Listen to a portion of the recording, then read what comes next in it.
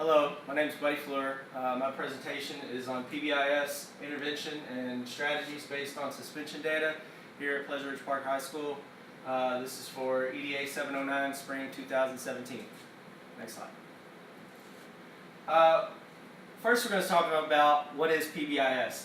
PBIS stands for Positive Behavioral Intervention Supports. It's a systematic school-wide approach to creating a culture that emphasizes positive behavior and meeting behavior expectations. The focus is on academic, behavioral, and social contexts of the school where behavior issues can manifest. For example, you're dealing with classroom disruptions, conflicts, fighting, anything that can be sent in as a referral. PBIS covers it. The ultimate goal is to improve the school climate and prevent problem behavior by establishing school-wide expectations and rewarding positive behaviors. So what you're trying to do when you implement PBIS into your school is create a culture in which people know the expectations and they follow those expectations, knowing that if they slip up or step out of line, there are consequences for their behavior. When implementing PBIS, this is accomplished not only by changing student behavior, but also changing adult behavior, emphasizing positive and consistent interactions with students. When a school tries to implement PBIS, what you're looking for is for a total buy-in from teachers also. It cannot be successful unless the entire staff buys into it, which means the administration has to sell it in a way that everybody believes that it can be successful if everybody does what they're supposed to do. So not only is it on a student level, but it's on an adult teacher staff level also. At its core, PBIS stresses prevention rather than punishment. What we want to do is change the way the students think about their behavior. We want to change the way they react to situations. Instead of getting in a heated argument, which leads to a fight, we want them to realize that that argument has multiple negative outcomes, and to just resolve it either with an adult or resolve it between that person, and then which would not lead to some kind of altercation or anything that might end up in a suspendable offense. Next slide. The foundation of the PBIS model is that it's a multi-tiered approach toward building the desired school behavioral culture. Although the majority of PBIS programs are three-tiered systems that include a number of behavioral support strategies at each tier, it is important to note that PBIS is not a one-size-fits-all approach, meaning that you can't just take everything that PBIS represents and throw it into your school expecting it to be successful right away. There are certain areas in which PBIS has been researched to have some difficulty. Number one being in a large high school setting, which we are currently in. Pleasant Ridge Park is a large urban high school that currently has about 1,900 students. So PBIS has been documented at multiple levels, elementary, middle, and there is research that supports that it can work in high schools, but there's not a lot of research that says it is ultimately successful in a large high school setting. Most of the research that has been done that shows positive results are at smaller high school level. It is rather designed to be flexible enough to fit various school cultures, contexts, and needs, and can be implemented at various educational levels or settings. Given that PBIS involves a school-wide culture change for both students and adults, the school principal plays an essential role in PBIS implications, which means the principal has to sell it and make everybody believe that this is the right system for their school. If they don't do a good job in selling it, the staff's not going to buy in. If the staff doesn't buy in, that means PBIS is going to struggle with its implementation and support overall, because protocols just won't be followed the way that they need to be. Next slide. The three-tiered approach, like I said earlier, there's 3 tiers to PBIS. Tier 1 involves setting clear and consistent expectations and teaching those expectations to students on a school-wide level. So from day 1, when you start the school year, you're setting up Tier 1. You're saying, this are the rules of the school, this is what we expect you to do, this is what happens when you don't follow these rules. Tier 2, school employees direct their focus towards students who do not respond to school-wide expectations set forth in Tier 1. So after Tier 1 is explained and put into action, those people who do not follow the rules fall into this Tier 2 category, in which they're brought into their assistant principal or whoever their disciplinarian is and reminded, these are the expectations that we have given you, this is what we expect you to follow. Sort of student conference, parent conference, reminders, things like that. Tier 3 takes the behavior intervention to another, often individualized level, where employees work one-on-one with students in order to develop a plan of action to improve behavior. Tier 3 basically means you're walking into the category of out-of-school suspension, in-school suspension, in which our case we call it timeout, in which a student goes to an isolated classroom and they're there for the day. They have the work and things that they need from their classes, and they're there as part of their punishment for their transgression in that case. Also, like I said, out-of-school suspension if it comes to that. Behavior contracts, we do behavior contracts also to help keep problem children in line, and that's where Tier 3 takes this. Given that PBIS involves a school-wide culture change for both students and adults, the school principal plays an essential role in the PBIS implementation. Again, I cannot emphasize enough, if the administration does not put it in a context that the staff can buy into, it's not going to be successful all the way around. Achieving faculty buy-in can lead to better implementation of the PBIS program, as well as yield more successful results and maximize sustainability of the approach. Again, I've hit on this multiple times already. This is probably the most important part of PBIS, is getting people to buy in, and that's over and over and over again. If with PBIS, you have to buy into it. The staff has to buy into it, or it will not be fully successful in the broader sense in which people are wanting it to be. In addition to getting teacher buy-in, it's also the principal's responsibility to offer quality professional development, promote consistency in the form of common goals and common language, and provide the necessary funding and resources to support the PBIS implementation. Basically here we're looking at an outside school level professional development for the teachers to understand how PBIS works better, to help them understand the role that principals take in PBIS and how they approach the Tier 1, Tier 2, Tier 3 model. Also, it fits within the district's code of conduct. The district has a code of conduct that is broken down for any possible offense that a student could have.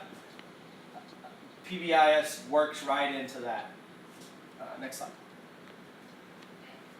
Now we're going to take a look at some data to compare suspension rates here at Pleasure Ridge Park over the last 2 school years. As you see over here, we have 2015-16 school year. There were a total of 377 behavior events affected by just a little over 220 students. That's for the whole school year, 175 days. As of May 1st, 2017, here at PRP, we have 364 events taking place by almost 195 students. So as you can see, if you compare these and play it out for the rest of the school year, as of this date, there were approximately 15 school days left. You can see the suspension rate probably is going to be a little higher this year than it was last year. Why is that? Not certain yet. But as you can see, by the lesser number of students that have been affected, We have several more repeaters than we have in the past. Next slide. My focus for this presentation was the top 3 suspensions for the last 2 years. What I wanted to focus on is zero in our top 3 suspension rates. And as you see for 2015-16, we have harassment and intimidation. There were 70 instances of this last year that accounted for almost 22% of suspensions. Fighting or striking of a student accounted for 65 and almost 20, just a little over 20% of our suspension rate. And the number 3 one was failure to respond or failure to follow directions or failure to follow a directive from a staff member. That one came in right at 60, just a little over 60 instances, and again, almost 20%. Those are our 3 top suspension offenses for last school year. This year, it's changed up a little bit. Coming in top is failure to respond, so that one moved from 3rd to 1st, and we are just over 60 offenses for that. That makes up almost 19%. So the percentage rates of our top 3 offenses are similar, but they have changed. And one of the reasons that this one has changed, I believe, we have changed our policy in technology from last year to this year. Last year we experimented with allowing technology in the classroom, and it was not successful, and therefore we tried to roll that back this year, and it's been a lot more difficult. As they say, when you open Pandora's box, it's hard to put those things that come out back into it, and that is the issue that we've had. So students have had a hard time dealing with this, and for whatever reason, they want to be very defiant when it comes to putting away technology. Our number 2 offense here is still fighting and striking of student. We're pretty much equal, and that comes in just over 18%. Number 3, though, is very disturbing for us. Number 3 on the list this year is marijuana possession or use in the school, and we have went this year from 40. We went from 10 last year, which accounted for what is that? 8%, 3% on the screen. 10. No, that's 3. 3%, and we went all the way up to 40 instances, which accounts for almost 12% of our suspensions. So there's a 300% increase, or 400% increase in marijuana usage this year. So that one is very disturbing for us, and that's something that we have to find out how we're going to curb that and figure it out. If you go back and you look from last year, our top offense, harassment, has fallen out of the top 3. A lot of that has to do with the board changed the code of conduct and broke down harassment and intimidation into multiple more categories. So that this year it's been spread out more, so it doesn't account for all of those 70 instances. It's spread out over here. So you can see this year we had really a clear top 3 last year. This year it's a little bit more staggered. We have a very high top 2, then we have number 3, 3 and 4.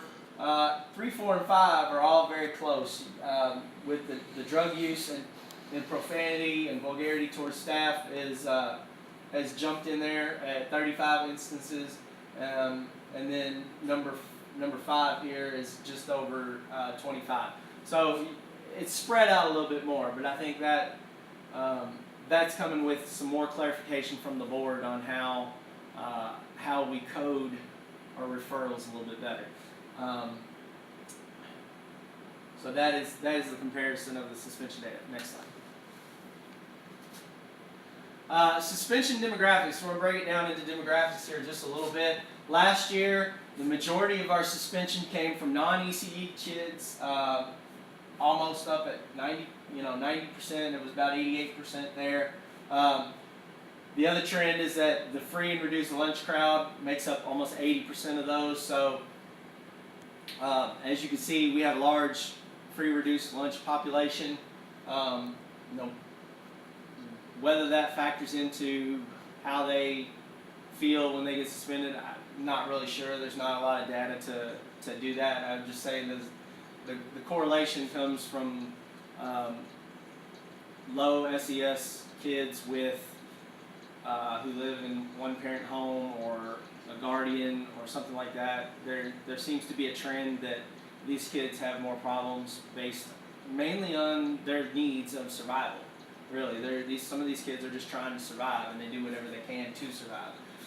This year, our offenses, ECE kids have risen from 12% all the way to 20% of suspended. This is a disturbing issue because these kids, you know, are limited by their IEPs and 504s, and you know, our hands are tied when these kids are doing things that are suspendable because they're limited to 10 days of suspension per year. So it's very disturbing that this number has gone up so much. As you can see, our non-ECE has come down quite a bit. Free and reduced number has also went up about 3%.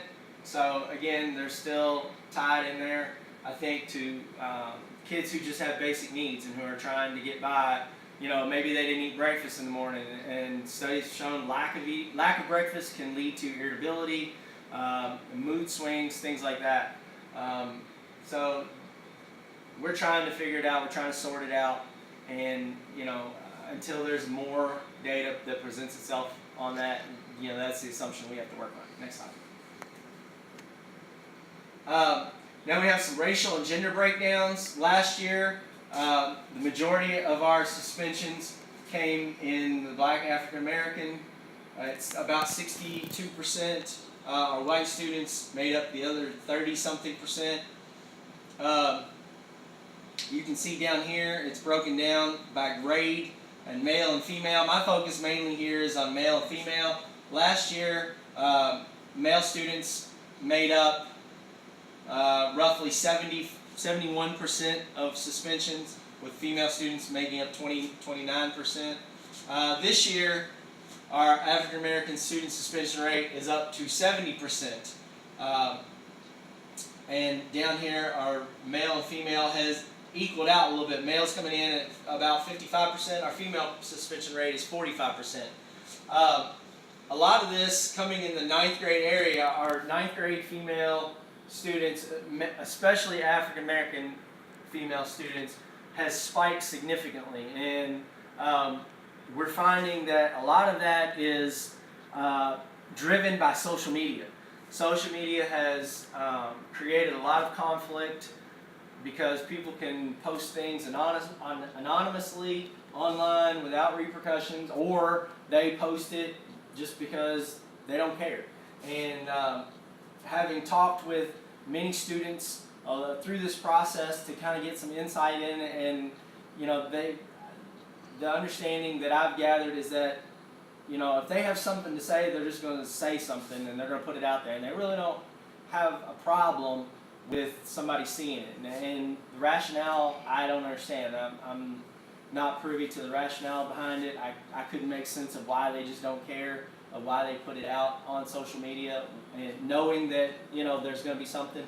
But a lot of it is not, it's not manifesting itself in school, it's manifesting itself in the neighborhoods, and then it's coming to school. So the issue there is, how do we figure out how to encourage people not to put derogatory or inflammatory things on social media so that no conflict arises, and then, you know, then that is brought into school. So that's kind of the issue of where we're at right now. And our 9th grade principal is having a very difficult time of educating our 9th grade students on, you know, social media protocol. How do you deal with conflict or conflict resolution, and how are we trying to accomplish that? So as you can see, you know, our female students are having a much harder time this year. Some of the other trends that I, you know, got out of this data, as they get older, they hopefully mature a little bit better and make some better decisions. Our male students this year have seemed to definitely calm down a little bit. It is a little disturbing that our senior rate of suspension has gone up since last year. It's up 5%.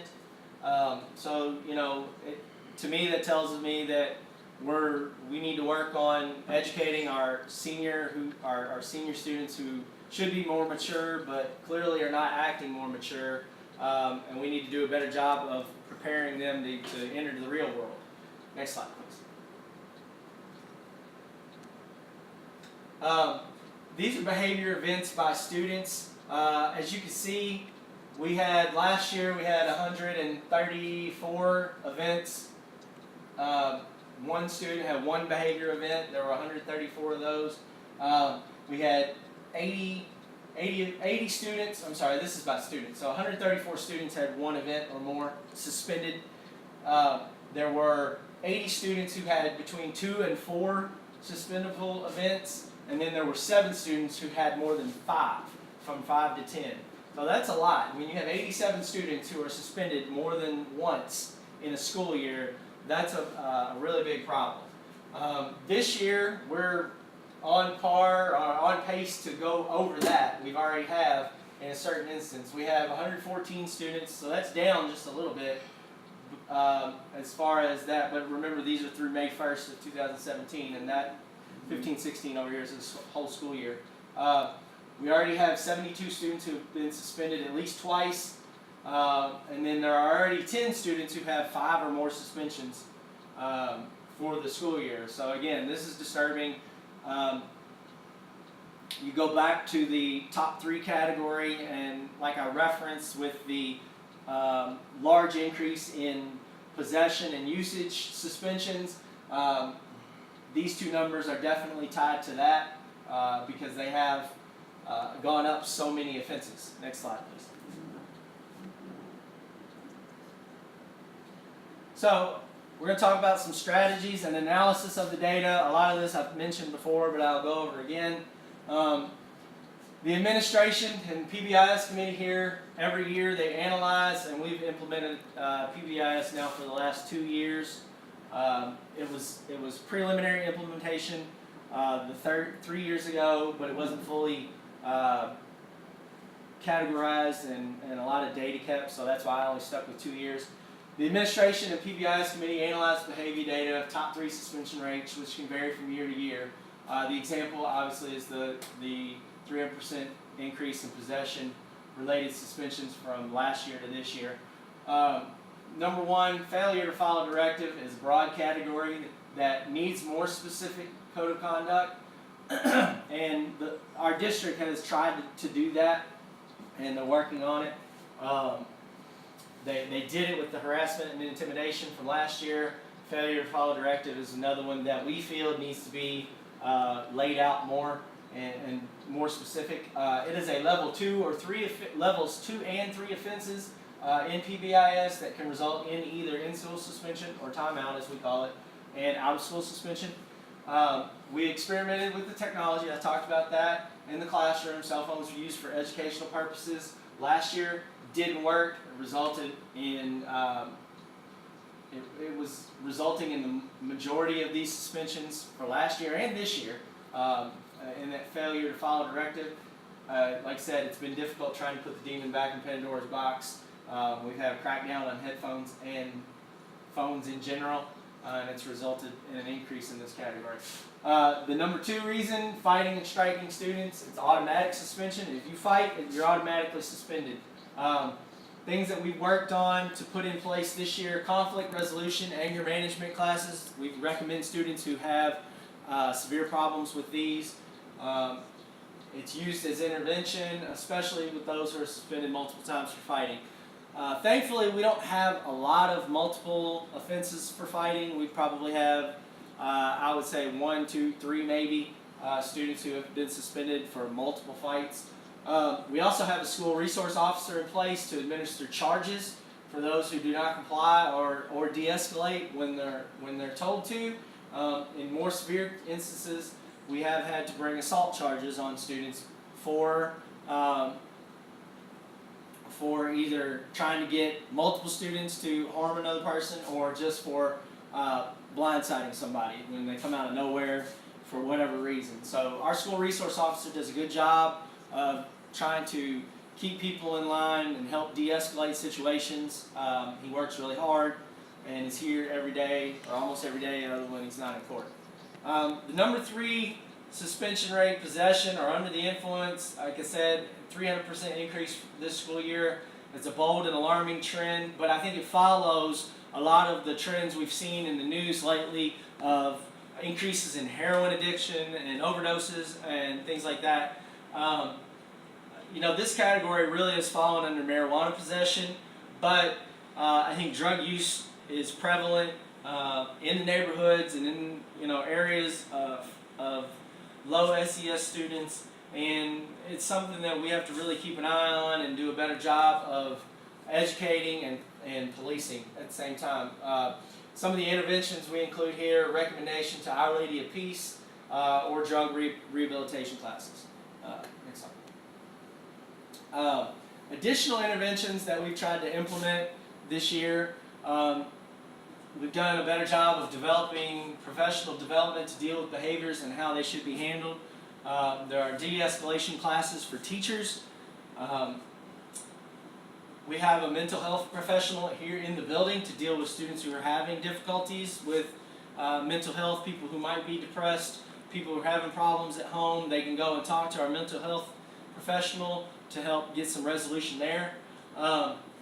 Like I said earlier, due to a spike in our African American female suspensions, we've created an intervention class with one of our teachers for these at-risk students, for this teacher to helpfully mentor them.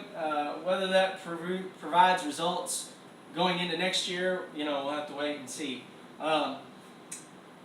We've talked about bringing in speakers to talk to students about drugs, alcohol, and violence. That hasn't been implemented yet. I'm not sure how effective that could be.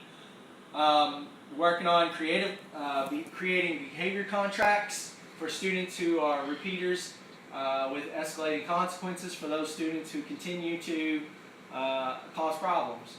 We've also increased communication with parents and guardians. Anytime a student does something in class, we've instructed teachers to try to contact a parent, let them know what's going on. Example would be, cutting class. If a student cuts your class, then we've instructed teachers to send an email, call home, try to get in touch with parents so that they know what's going on. We're also trying to develop a teacher mentor program for next year, where a teacher agrees to mentor an at-risk child for the whole school year. It's very similar to Big Brothers Big Sisters, so that this person can go to that teacher and have somebody to talk to when they need to, or check in with them when things aren't going their way. Next slide,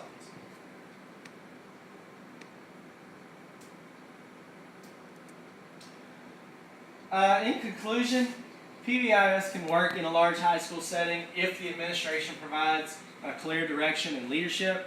Our administration here is doing a good job of trying to implement this fully.